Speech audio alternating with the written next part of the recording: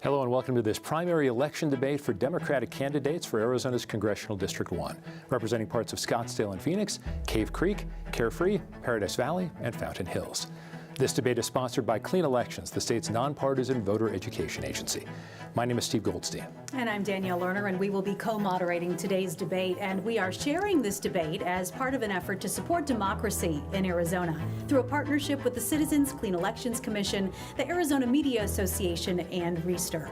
It is a partnership designed to make these debates accessible to all voters in Arizona. And that means this debate and dozens more between now and November will earn a long list of local TV stations, radio stations, and digital platforms, including support from local newspapers. It's a shared effort between hundreds of local media brands across Arizona. Now, the format of this debate may be familiar to you, and we've tried to keep the rules simple. Each candidate will have up to 1 minute to make an opening statement, and the same for a closing statement. Candidates are drawing straws to determine the order of each of those portions of this debate. And throughout the debate, we'll pose questions to each candidate, allow them to answer, and then make sure the other candidates have a chance to respond. Whenever a question is directed to a specific candidate, only that candidate's microphone will be open. At all other times, every microphone will be open. And thank you to voters across Arizona who've submitted questions for this debate. We have reviewed all of them to make sure every voice is heard. However, no candidates have been given advanced access to any of these questions. And additionally, candidates for this race will take part in a speed round at the end of tonight's conversation. Those questions have been given to candidates ahead of time, and they will have just 15 seconds to answer each one. And with that, let's introduce the Democratic primary candidates for this debate: Marlene Galán-Woods, Rick McCartney, Dr. Amish Shah, and Jonathan Treble. Rick McCartney, you have the first opening statement. You have 1 minute. Thank you very much. It's wonderful to be here tonight. We appreciate it very much. You know, for nearly 16 years, we have been running the same losing playbook in this district. Candidates who sound the same, they are seeking the same endorsements, they are repeating statements that sound just like DC rhetoric, and that just is a losing playbook. But what we need to do is we need to win, and that's going to take courage. Courage from me, yes, but also courage from voters like you. Voters who are absolutely ready to stop repeating our past mistakes and start winning. We have got to. For 30 years, I have led organizations that have absolutely improved what happens here in our community. Whether it is looking at various problems that we are seeking or things that we are looking at that we have got to solve. Things like housing, affordable housing for youth. Mr. McCartney, that's your 1 minute opening statement. Oh, thank you. Okay. Thank you very much. That was fast. Yeah, it goes quick. Marlene Galán-Woods, you have 1 minute. Thank you. My name is Marlene Galán-Woods. I am the daughter of Cuban immigrants who came to this country with nothing in search of the American dream. I have lived here in the Valley for almost 40 years. I'm a former broadcast journalist and consumer fraud reporter. My late husband, Grant Woods, and I raised 5 kids here. I'm running for Congress because I want to make sure that my parents' American dream is attainable for everyone. I'm running for Congress to ensure that we have an economy that works for all, not just for the very few. I mean, look, let's face it, we are witnessing the most corrupt presidency in our nation's history. And as an investigative reporter, what I can tell you is this: I always had my life's work focused on exposing the truth and holding people accountable. That is exactly what I will do in Washington, D.C., and I hope to earn your vote tonight. Thank you. Thank you. And Jonathan Treble, you have 1 minute for your opening statement. Thank you, Steve and Danielle. I'm Jonathan Treble. Right now, this country is under attack. We have a president who is ignoring the Constitution. We have a Congress that is failing to oversee him. We have courts looking the other way. All the while, corporations are booking record profits without oversight. The economy seems to be going up, but the gains aren't split evenly. And as Arizona families are struggling to keep up, this president starts a war in the Middle East with a $200 billion price tag. And then this Congress says, we're going to take away your health care, and we're going to take away your food stamps for hungry kids. It's outrageous. I fought the health insurance industry 2 years ago to get the life-saving surgery I needed, and I won. And I'm going to bring that fight to Washington to make sure no Arizonan has to fight for their life and fight for their coverage at the same time. I am part of a new generation of leaders who is stepping up to fight, and I will not lay down for anyone. All right, thank you. And Dr. Amish Shah, you have 1 minute. Thank you so much. I appreciate the opportunity to be here. My name is Dr. Amish Shah. I'm an emergency physician. It's been the honor of a lifetime and a privilege to practice medicine for the last 25 years, caring for the sick. In fact, right here in our district, down the street at the Mayo Clinic, as well as a lot of other hospitals, taking care of tens of thousands of patients. I also was a member of the Arizona House of Representatives for 5.5 years, and during my time there, I was one of the most effective legislators. I passed more bills into law than any Democrat in a decade down there, and we are applying for the job at the national legislature. The only candidate on this stage who has had elected office experience. I did this in a different way, an unorthodox way. I went and knocked on doors personally, 27,000 doors, and I'm sure many of you out there watching remember when I was at your door. My biggest issue is that the Trump administration is simply violating the Constitution of the United States and desecrating it, and I'm going to hold him to account. All right, thank you, Dr. Shah. Let's get right into it and talk about Arizona's 1st Congressional District, certainly one of the nation's most competitive House races, and really the outcome here could play a role in who has control of Congress. And so, Mr. McCartney, I'll start with you. You touched on your background a bit in your opening statement, but what in your background or experience makes you most appealing to the district's independents and moderates? For 30 years, I have been working with Republicans, independents, and certainly Democrats, doing business, sitting at the table across from them, negotiating various deals, policy, things along the lines of housing, affordable access to health care. These are the things that I think that we need to be focused on when we look at a general election. I am the only candidate that has lived in this district for 30 years, raised my family in this district. I built my business from this district. And that kind of work, that experience is what will get us through the general. Something we have not done, as I said earlier, in 16 years in this district, 7 cycles. It is important that we understand and know the policies, the issues that we are facing now. Some of my opponents have been in the legislature. They have done things, wonderful things for this community. But the reality is the issues that we're facing right now, housing, certainly what's going on with the Trump administration and fighting for our rights, those are the kinds of things that we need to not listen to what somebody is going to say they're going to do, but look at what they've done. And as I say, I have a track record for setting those policies. And Mr. Treble, I defer to you on this one as well. You argued that Washington needs new leadership. And so my question to you, what specifically do the more experienced candidates represent that you would do differently? Look, we do need a new generation of leaders in Washington. Everyone knows it. And I'm not a politician who's run for things several times. I'm not somebody who's reading a DC playbook. I'm running again because I fought the health insurance industry 2 years ago, and I won when I needed life-saving care. And right now, the stakes couldn't be higher. The cost of living is outrageous, and young people across this district, they feel it acutely because they can't buy homes. I'm sure we'll talk about housing in this debate today. That's one area that I can focus on. But the cost of living is much broader than that, and I think you need to have experience with it. My business, I've actually brought the cost of things down in my business for millions of people across the country. And people are looking for real experience, to Rick's point, real chops, a track record of getting things done. I've certainly gotten a lot of things done in my tenure with my company, and those skills are transferable to Washington, D.C. Now, this new generation of leaders, and we're seeing this across the country, they are pushing for bold reform and bold action, and I am too. Medicare for all, universal child care, reversing the Donald Trump tax cuts that were really in favor of billionaires and corporations, and instead using those tax cuts on the middle class, who need it the most, and who are actually going to spend that tax cut money and help the economy. We need to call for bold leadership, because now is the time, and the urgency is here. As I almost succumbed to an illness because I couldn't get the care I needed, millions of people are literally going through this every single day. So we do need a new generation of leaders. I am one of those people stepping up. And I think we cannot try the same thing twice and expect a different result in this district. Ms. Galán-Woods and Dr. Shah, this next question is for the two of you, having run before in 2024. What has changed for you? Ms. Galán-Woods first, you have 2 minutes on it. What changed for you this time around? What makes you a different or better candidate this time around? Well, look, you're going to hear from the men here with me, you already have, why they think they're the best candidate to take on the Republican nominee. You are not going to hear that from me. You're going to hear from me who Republicans think is the best candidate to take on the Republican nominee. In the last primary election for this seat, 6 of us were running. I was the only one Republicans spent against, attacking me.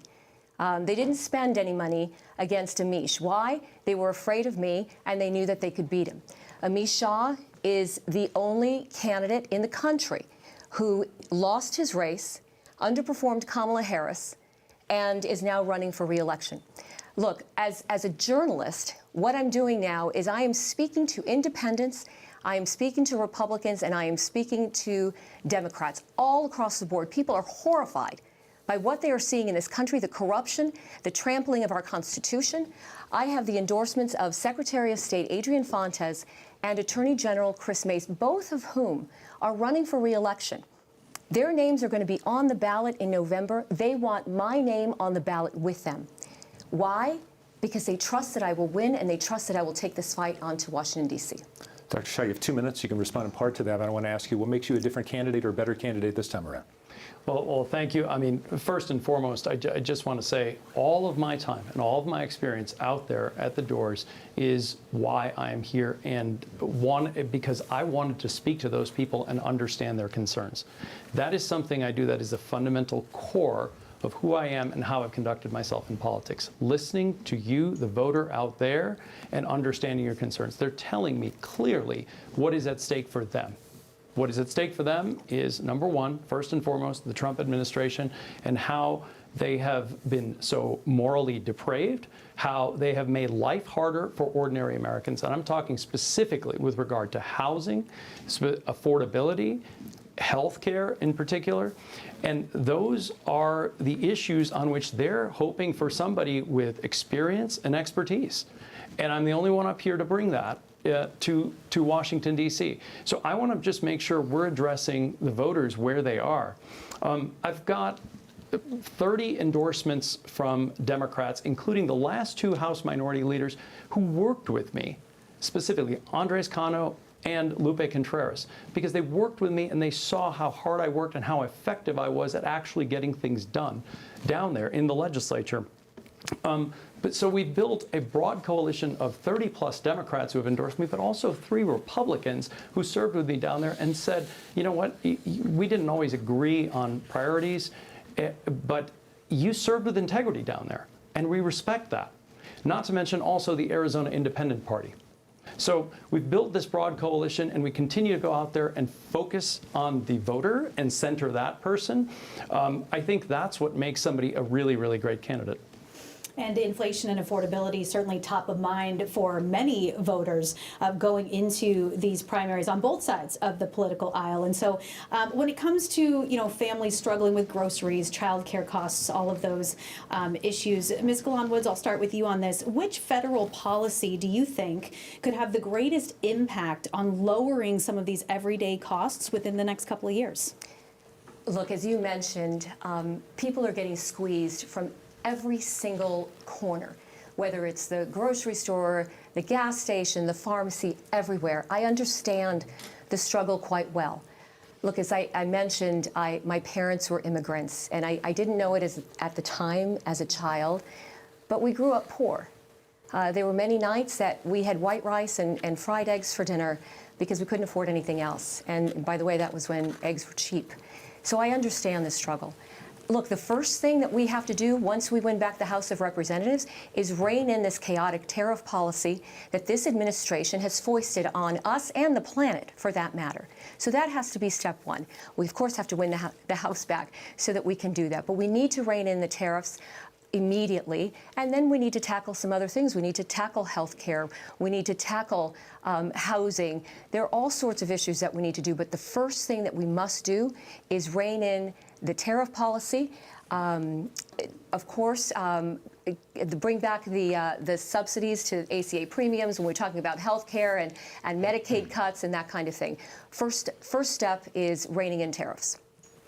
All right, thank you. And Mr. McCartney, you have said, you've been pretty vocal about Democrats. You've said they've been doing backdoor deals, that they need to listen to the people, really take action. So what does that look like in practice? And how do the residents of CD1 feel the impact of that when it comes to bringing down the cost of living?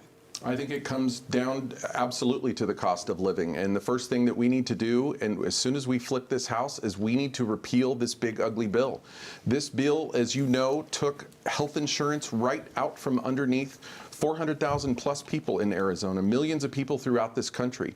And we talk about affordability. That is something that absolutely can destroy an entire family. There are things that we have seen through this bill, including taking away food SNAP from families, that are absolutely destructive. And I think that that's the first thing that we need to do. The second thing we need to do, I think, in talking about tariffs, is we need to impeach Donald Trump.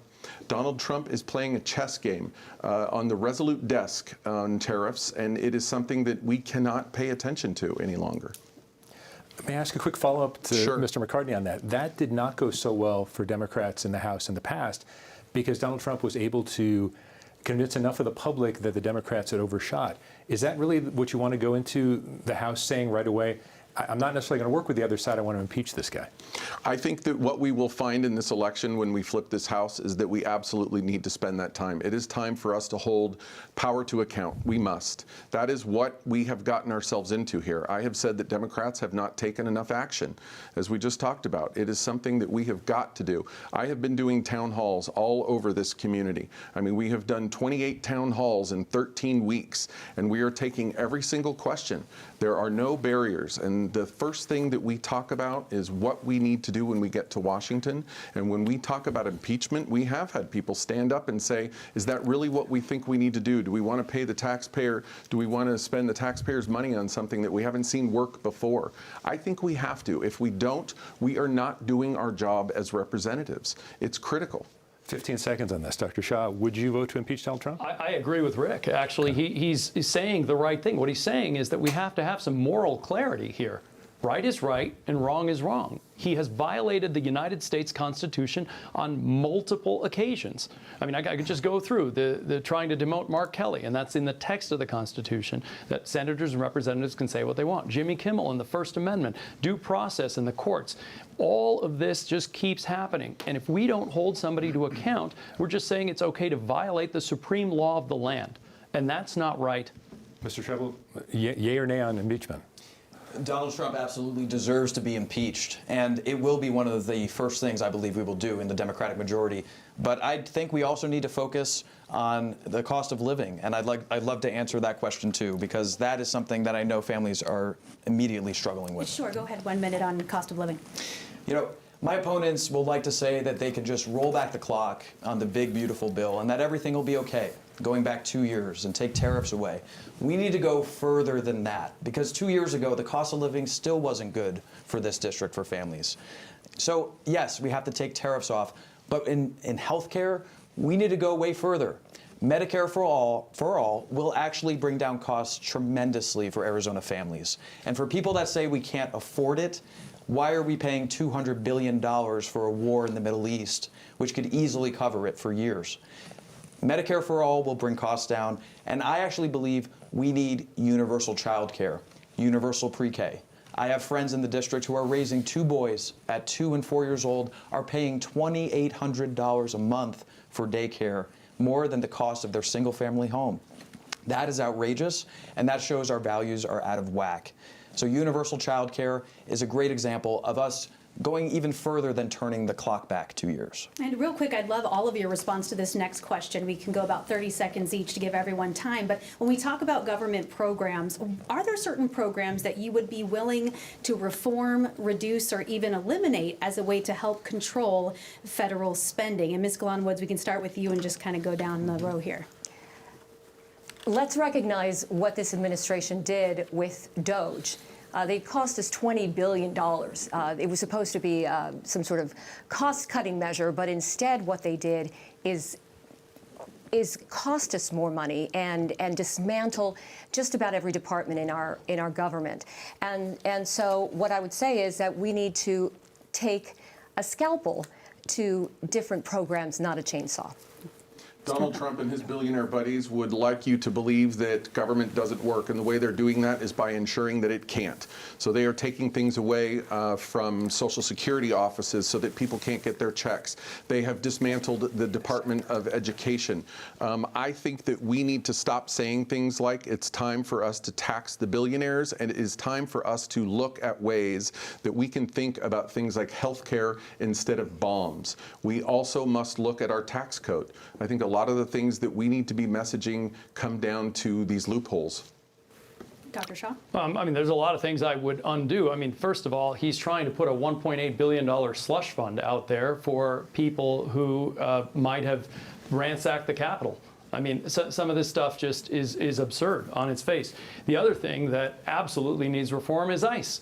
So we have an agency out there that was given, folks were given 6 weeks of training in a gun, and then what you saw was what happened to Alex Priddy and Renee Good. And that's unacceptable behavior. So we do need to enforce the immigration laws, but this is not the way to do it. Mr. Treble? As I mentioned before, if we can find $200 billion to bomb a country that helps us zero and actually adds cost to us, we can find more money for the important policies that we need, like health care and daycare. And yes, we should look at our defense budget. The Pentagon has never passed an audit. That should tell us something. And as Trump is, retrofitting a Qatari jet for $1 billion, where does that money come from?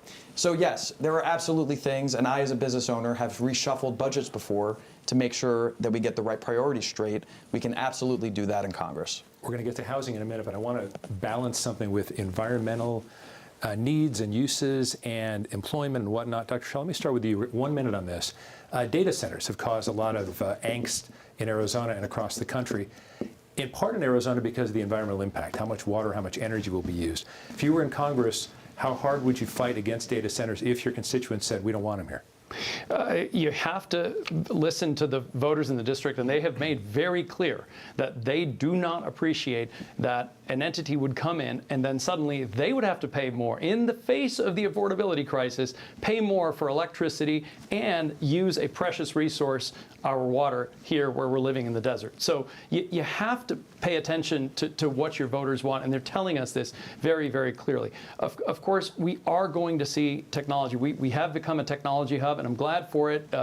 I don't think that economics like growth and opportunities for our people do not have to conflict with environmental priorities necessarily. So we've got to make sure that we can do both, but that's what a Democrat does, is make sure that those priorities are balanced rather than just giving in to corporate interests. Okay. Ms. Galán-Woods, how would you balance that? Look, we're not going to put the AI genie back in the bottle. But as far as data centers are concerned, they need to be good stewards and good members of the community and members of Congress. And in Congress, we need to hold them accountable. They need to be water neutral. This idea that just take an example in Goodyear, one data center uses as much water in a year as 680 families in that same town. So that's wrong. So we need to have them be water neutral. They need to contribute to the infrastructure, and they absolutely must contribute to the infrastructure of the electric grids that they are using, because we cannot allow our working families to keep paying. They are holding the bag on this right now, and in Congress, that's what we need to do. And real quick, because water is such a big issue, Mr. McCartney, when it comes to water security, how would you be a different leader in this area? What differentiates you from the others? I think the first thing we have to do is we have to focus on conservation. I say it in all of my town halls. That's something we don't spend enough time or awareness on, and it's very important in a state like ours with the drought and what we see happening coming down the road.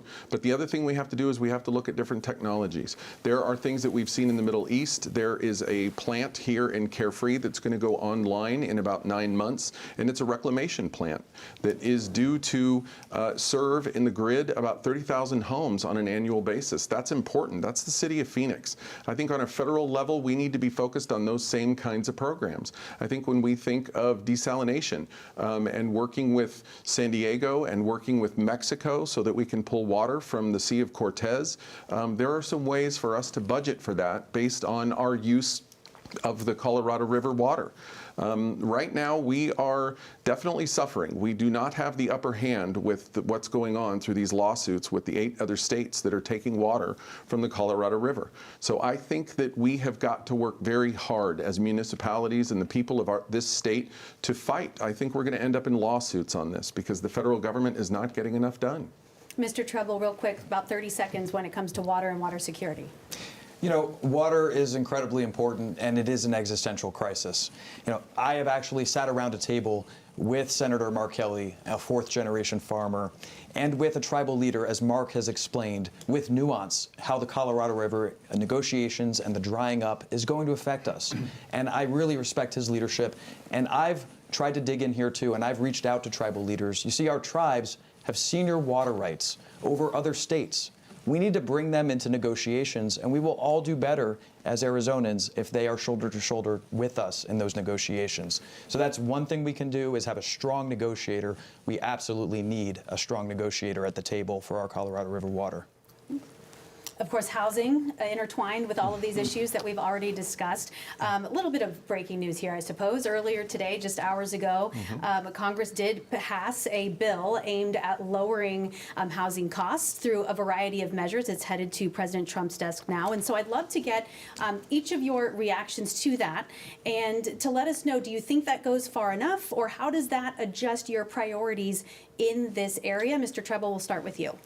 Yeah, and that bill is a good step in the right direction. It was great to see it pass the House just hours ago with broad bipartisan support. Housing is incredibly important.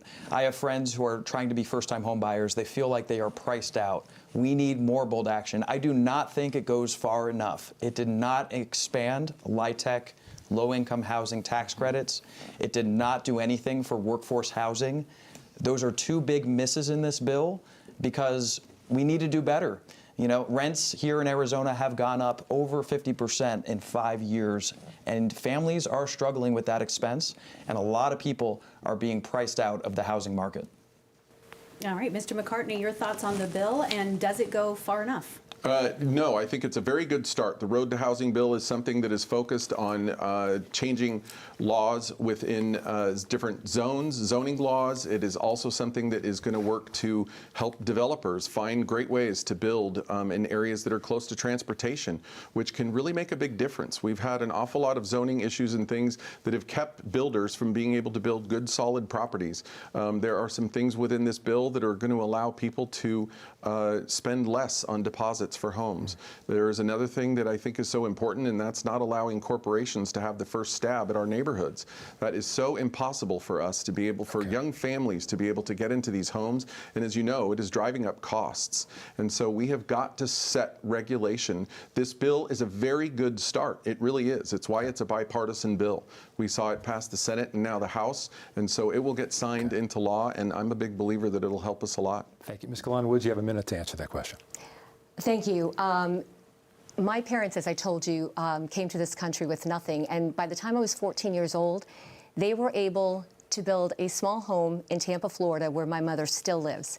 That's unattainable right now. The average age of a first-time home buyer is 40. Look, I think the bill is a good start. I'm glad that Republicans are waking up to this need. That's a great start, and I'm happy about that. But we need to do more. And one area in which we can do more is algorithmic price fixing that is going on. Our Attorney General has already been tackling that here in Arizona. But we've got landlord conglomerates who are using algorithmic price fixing to honestly screw over people who are trying to get into an apartment, and that is why we have kids who get out of college who are still having to live with their parents and not able to get their own place, and we need to make sure that we do better. Dr. Shah, thoughts on housing affordability? You know, this is for all those people out there in their 20s and 30s who have just told me over and over again. Some of them are on my staff, and they're telling me, you know, we don't have the opportunities you did in your generation because I can't move out, I can't afford a house, and the rents are just too high. And I got to agree with them, because when I first moved here to the Valley, it was around 15 years ago, I picked up a house in Scottsdale that was less than $1,500, 3 bedrooms and a pool for rent. And now you can't even do double that as the monthly rent. So I feel while I was in the legislature, we did expand the low-income housing tax credit. We put hundreds of millions into the Housing Trust Fund. I proudly voted for those things. But absolutely what these guys said, we have to do more. It has to go beyond that to allow the government Congress has the power of the purse, and we can allocate more money to make sure that building is done to increase supply, because the core issue in this district is going to be supply and demand. We just don't simply have enough supply, and so prices are going up. Ms. Galán-Woods, I'm going to make the presumption that everyone on this stage believes in some form of climate change. Correct me if I'm wrong. We've already entered wildfire season in Arizona. We're seeing potential folks in Sedona having to leave their homes. Yeah. And at the federal level, talk about the power of the purse, at the federal level, there are cutbacks in fighting wildfires. If you were to be elected to Congress, how big a priority would that be for you? And what actions would you take to protect Arizona to make sure there is federal funding for the inevitable wildfires we're going to see? Look, our public lands are so important. And by the way, I do want to start here. Public lands are not for sale. I know that Donald Trump would like to come in and maybe put up a golf course or put up a condominium in some of our public lands, and absolutely not. In Arizona alone, we have 12 million acres of public lands. And not only the Grand Canyon and places like that where we love to visit and rest, but this is a real economic boom for Arizona. $5 billion a year to our economy. So we must absolutely protect our public lands. We have to protect, and look, speaking of the problems that are being caused at these national parks, this administration has indiscriminately fired thousands of workers all over our public parks. These are people who are consumer-facing, but also taking care of the lands. And so now they're less safe. They're not being maintained the way that they should. So we must restore the funding that this administration has stripped from our public lands and make sure that they're safe and make sure that our forests are being protected. Mr. Treble, let's go to you second on that one. And let me remind people what happened at the North Rim of the Grand Canyon. Yeah, thanks for bringing that up. Yeah, the destructive fire that happened there. So you have a minute to talk about that. Okay. Yeah, and I had just brought my daughter to the Grand Canyon 2 weeks before that North Rim fire. And so that hit home, and that was devastating. I enjoy Arizona with my daughter as much as I can, driving through northern and southern Arizona. And our public lands aren't for sale. And we need to make sure that this administration stops neglecting them and stops trying to do deals to put private enterprise on them and drilling them in Alaska, for example. I want to bring in a hearing Russell Vought and hold him to the fire for cutting the budget for the U.S. Forest Service that's led to more wildfires, cut the budget for the Bureau of Land Management. We need more action on this, and we need to hold them to account. Donald Trump and Russell Vought, they are literally trying to sell our lands. They're making them less safe, more prone to wildfires. I think they need to be brought and dragged in front of Congress, and they need to answer questions about it. Dr. Shah, I'd love to get your input on funding for wildfire prevention, but also when it comes to public land protection, how should Congress be balancing conservation with renewable energy projects and responsible resource development? Well, I want to get back to a little bit of what you talked about before on climate change. I just want to reiterate this, that I hope all of us agree to this, that is an existential threat. And all of these things keep getting worse, including the fires, including the water crisis, because we are not addressing the underlying cause. Some of the folks on the other side don't believe in it, and that's coming straight from science and scientists.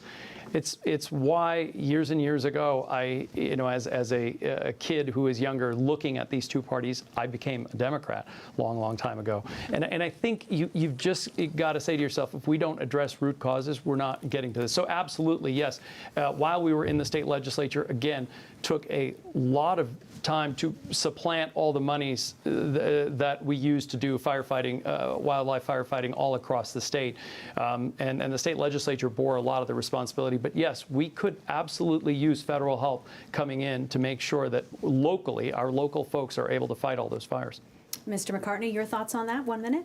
Yes, I would agree with what we've heard here. We absolutely have to invest in mitigating wildfires. We must do that. The monies have been stripped away from this state. I also think from a climate standpoint that we can empower this community, this state, this district with an economic element to climate. We have been the founding district for solar. This is a place where we have got all kinds of sun, and I always talk about you can go to Denver and different cities and you can find solar street lamps, and we have nothing of the kind here.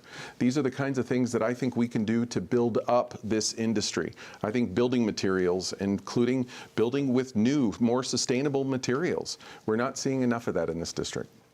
All right, thank you. And Ms. Galán-Woods?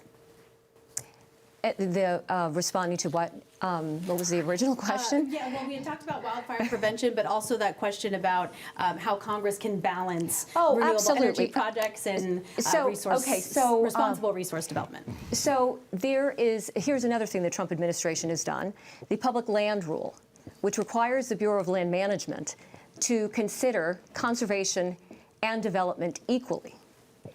These people have scrapped that, and it's outrageous. It is outrageous. So we need to get that rule back into place. I think as members of Congress, what we need to do is pass legislation to protect our public lands. And also, I don't want to forget to say this, is that we need to respect tribal sovereignty, because that is going by the wayside at this point. Mr. McCartney, let's move on to something that was briefly mentioned by Dr. Shah, but I want to dig in a little more deeply on this. Sure. Immigration policy.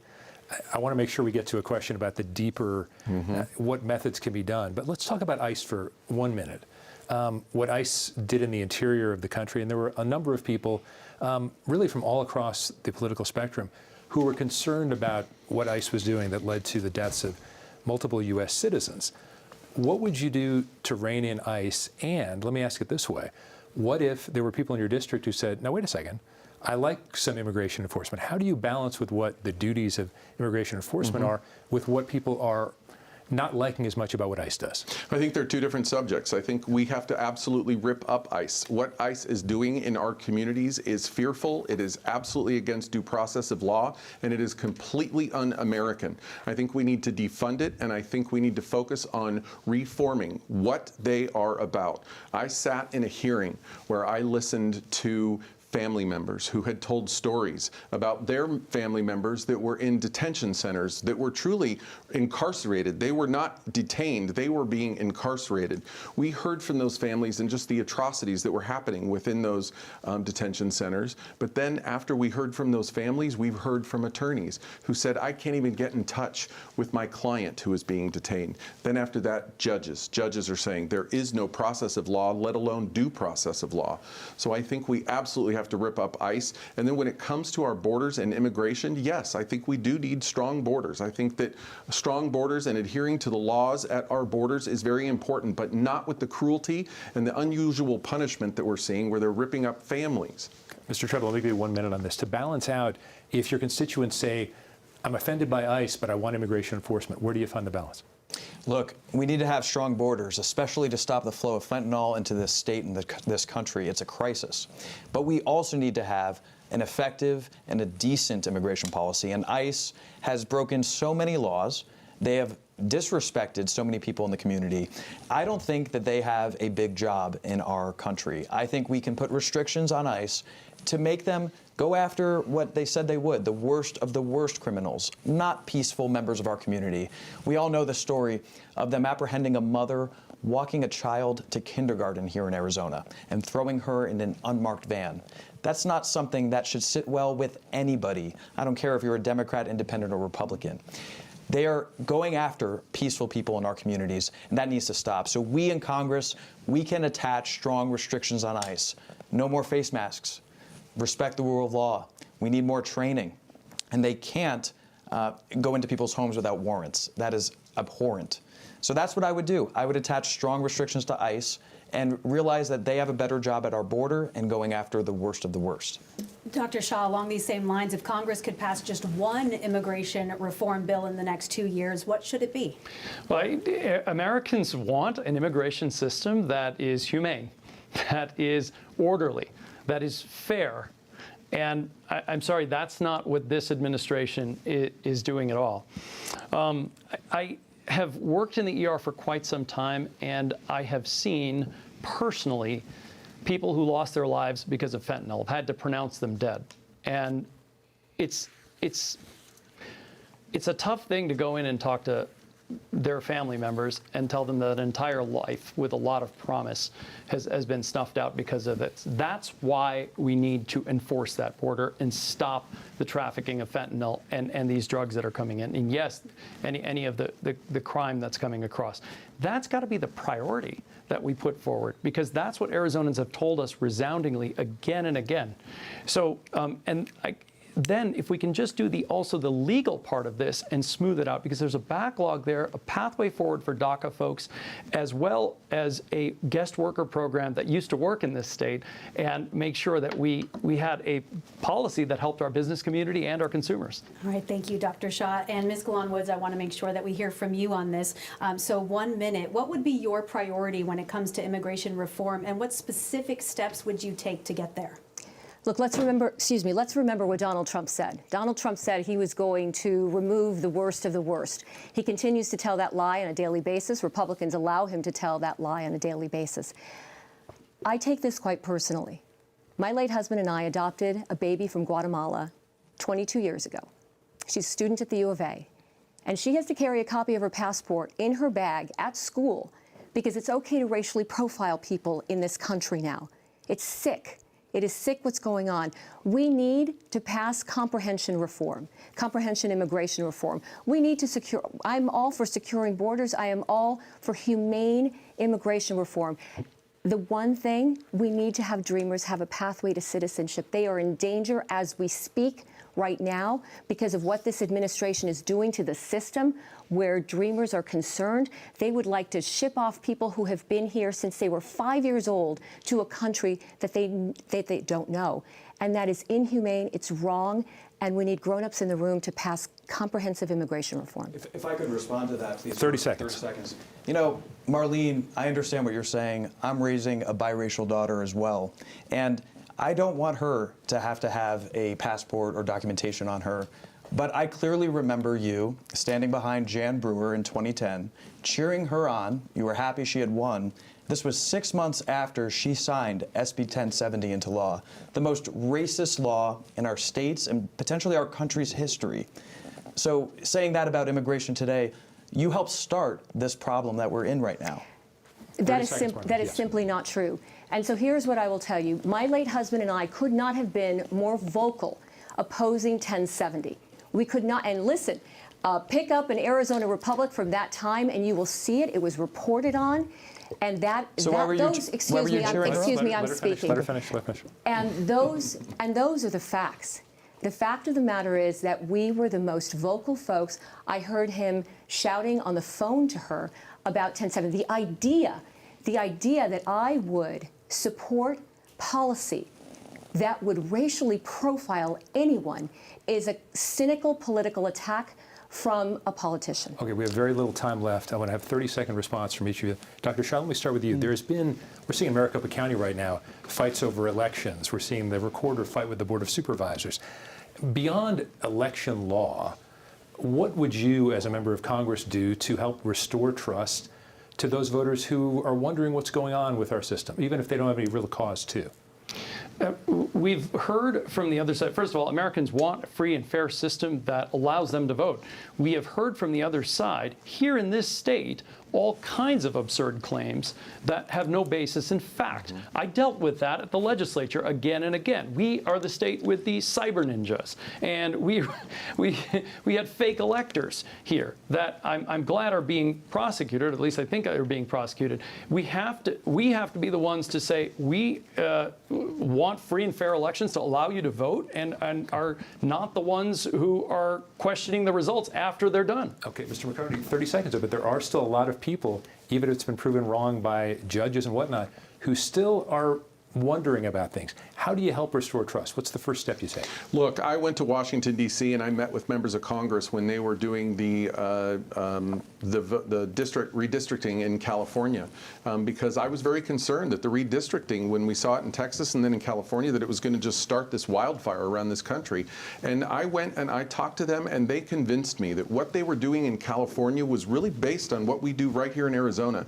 It was a fair and equitable commission that was focused on what we do. I think we need to expand that, not just redistricting, but also our voter laws, our rules, what it is that we're doing when it comes to the vote. They need to be independent. Politics needs to be removed from it entirely, because what we see on the Republican side is all politics. Yep, all right. Thank you. Ms. Galán-Woods, your thoughts on this?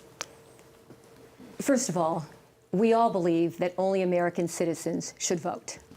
We all believe that. That is the law as it is today. The SAVE Act, which is what the Trump administration would like to pass, would disenfranchise voters all over this country, including women like me with a hyphenated name, or women who have taken their husband's name and you can't match up a birth certificate, and it would take the red tape that they're putting people through to change, to have them not be able to vote. Look, the bottom line here is we need to pass a John Lewis voting rights bill the second that we can. That is how we save this. All right, thank you. And Mr. Treble, your thoughts on this issue? Look, there are some people that doubt our elections. We've seen no evidence of voter fraud here in Arizona, or really any place in this country. And I think one thing we need to do to make sure we have integrity in our elections is make sure that ICE doesn't get within 5 miles of a polling station in this upcoming election and in the 2028 election, because Donald Trump is already floating the idea, and we need to make sure they don't get anywhere close to a polling site. Okay, yes or no, because we have lightning round coming up. Yes or no, as close as you can get. I know you're going to want to do more than that. Ms. Galán-Woods, if you wouldn't win this primary, would you support any of these other gentlemen in the general? Absolutely. Okay. Mr. McCartney? Absolutely. Dr. Shah? Yes. Yes. Okay. All right, well, there you have it. And we are now going to shift into the speed round. As we mentioned before, the candidates have been given these questions ahead of time, and they have just 15 seconds to answer each one. And so we'll ask the question, and we'll just go down the row each time. So Ms. Galán-Woods, we'll start with you. What is your most important issue on day one? Day one is reining in tariffs. We need to bring the cost of food and other items down, and that's the first thing that we can do. Mr. McCartney. It is absolutely repeal the big ugly bill. We have got to. That has pulled health care out from underneath the lives of people. It has taken food out of people's mouths. It is set in 2027 to impair Medicaid. This is something that needs to be dealt with immediately the minute I get to Washington. Dr. Shah. I agree with both of those, but again, completely.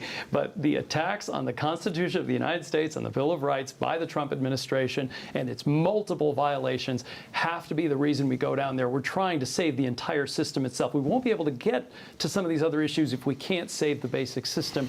In the ER, we call that stopping the hemorrhage. Thank you. Mr. Treble. Agreeing with all of those priorities, we also need to take on Trump's corruption. Trump and his family have enriched themselves by the billions of dollars, and we need to immediately hold hearings and bring them and cabinet members into Congress and ask tough questions and shine a flashlight. And we need to pass federal legislation that bars any president or presidential family member from engaging in government funding. Thank you. Okay. Mr. McCartney, question number 2, Yes. 15 seconds. What is a win for this district you believe only you can secure? I believe it's flipping this seat. We have got to do that in the general election. I am the only candidate that knows Republicans, Independents, and Democrats. I've worked with them for 30 years in this district, and it is going to take those people in order for us to win, something we have not done in the last 7 cycles. Ms. Galán-Woods? I will make sure that every girl and woman in this country has power over her own body, regardless of what zip code she lives in, and I'm proud to have the endorsement of Planned Parenthood. Okay. Dr. Shah? It's going to be health care because I've been practicing medicine for a long time. I was the ranking member on the Health and Human Services Committee. While I was also in the legislature, I was the one who stopped a bill that would have banned mifepristone, the abortion pill, and for that I won the Women's Health Champion Legislator of the Year award. So we're going to make sure every American has universal health care. Mr. Treble, 15 seconds. For me, it's Medicare for all. We can't just keep saying universal health care and political lines and incrementalism that doesn't move the ball forward. Medicare for all is the bold change we need to bring prices down, make sure everybody has access to health care, and that will literally save lives in this country by the millions. All right, Ms. Galán-Woods, 15 seconds. How will you balance the demanding schedule in D.C. with being present and also accessible to the people in your district? Listen, I raised 5 kids while both my husband and I were working full-time, and they are grown, and this district will be tired of seeing me. I will have that many town halls. Mr. McCartney.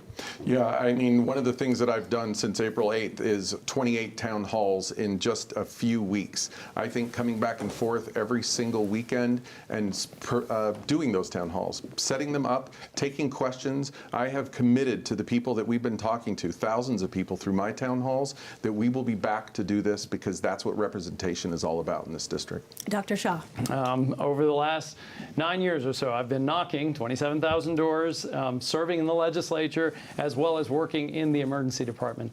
So people know that I've put a lot of time and effort into this because to me, it's the passion that drives me, that I want to make sure you feel cared for, the voter at home. All right, and Mr. Treble.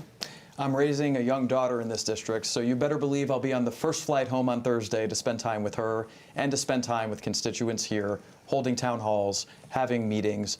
That's the role of a congressman. We have to be in this district talking to people. Ms. Galán-Woods, I get the easy one. What do you love most about Arizona? Oh, well, it's tough because there's a lot to love. But I love the hikes near my house, and I love the sunsets. Mr. McCartney? Yes, I will agree with that, absolutely. But I would say opportunity. We are the land of opportunity here. Building business, invention. It is absolutely a great place for us to grow and prosper. Dr. Shah, 15 seconds on this. What I enjoy the most about Arizona is the warm, welcoming nature of its people. When I moved here about 15 years ago, I found people who were tough, strong, independent-minded, and just willing to accept newcomers, and I really love that about this place. Mr. Treble. Ditto for me. I started coming down here over a decade ago and fell in love with this place and decided this is where I wanted to raise my daughter. And I love being able to walk her to school and walk her home from school, knowing we're in a safe and caring community. That's what I love about this place. All right, well, thank you to all of you candidates. It is now time for closing statements. So each of you will have 1 minute, and we will keep you to that minute in order to keep us on time. So Marlene Galán-Woods, you have the first the closing statement, excuse me. You have 1 minute. Thank you. Wow, we have tackled a lot of issues. We have a lot of challenges to face in this country. I know you're tired. We're all tired. But look, I am not going to give up. I am going to be optimistic. I have faith and hope that we can build something better from the rubble that they are leaving us, that we can save Social Security and Medicare and Medicaid, that we can build an economy that works for everyone, not just the wealthy. I am really proud of the broad coalition of support that we have garnered and that we have earned in this campaign. Attorney General Chris Mays, Secretary of State Adrian Fontes, and 13 different labor organizations, your firefighter, your teachers, the folks who put groceries on your shelves, they have endorsed me and my race. And why? Because they know that I will win in November, and they know that I will take the job to Washington, D.C. I would be honored to have your vote. Jonathan Treble, 1 minute for your closing statement. It's not just that Donald Trump is taking our country in the wrong direction. It's that he's doing it putting his foot completely down on the gas pedal. And I'm running to pump the brakes on that. We need a strong Democrat to represent this district and to fight in Washington, because enough is enough. This country is going off the rails. And we can't get that done unless we have a real Democrat, a lifelong Democrat who has fought for those values his or her entire life. And in my case, that is me. I am proud that I've earned the most endorsements from sitting state lawmakers who know this job well. They do it at our state capitol, and they trust me and only me in this race to hold the line on our values. And there is urgency here. Donald Trump wants to cancel elections. He will try to do another Jan 6 in 2028. I guarantee it. We need to fight now, and too many people are suffering. So I will be that fighter.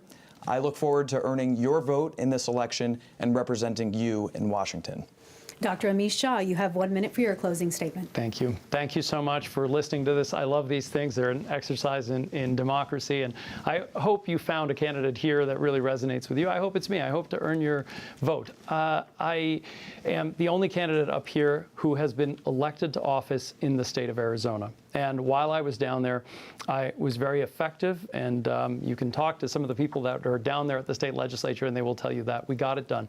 We passed a bunch of bills. We blocked some bills that were absolutely horrible for people of Arizona. I even helped other Democrats, such as Christine Marsh, pass her bill when it came to stopping fentanyl in this state. That's what effectiveness looks like.